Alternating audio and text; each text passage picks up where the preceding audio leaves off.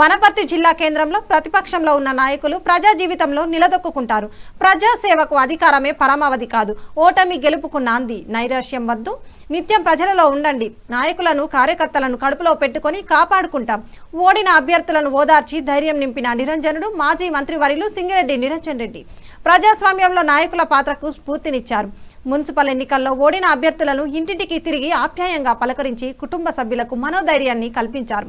నాయకుల కష్టాలు పంటి కింద బిగబట్టుకోవాలని 10 మందిలో ప్రదర్శించరాదని మనోధైర్యంతో ముందుకు సాగాలని హితవు పలికారు.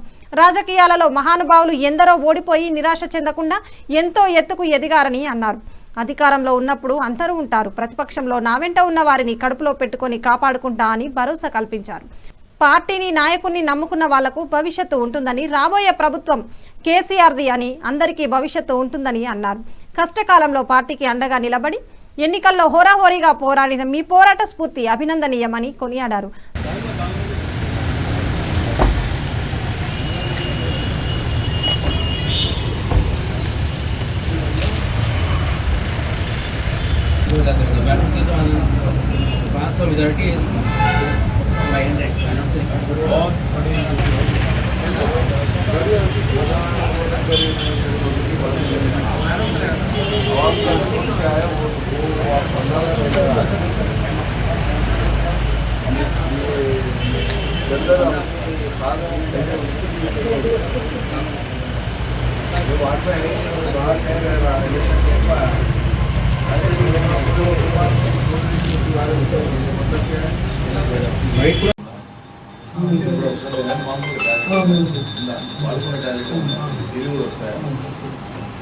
టౌన్లో మనం వార్డులలో కూడా మనం గ్రామాలలో ఎట్లయితే పల్లెలు చేస్తాము, టౌన్లో కూడా ఇంటికాడ పడుతున్న రోజు దినం వార్డులో పడుతుంటారు.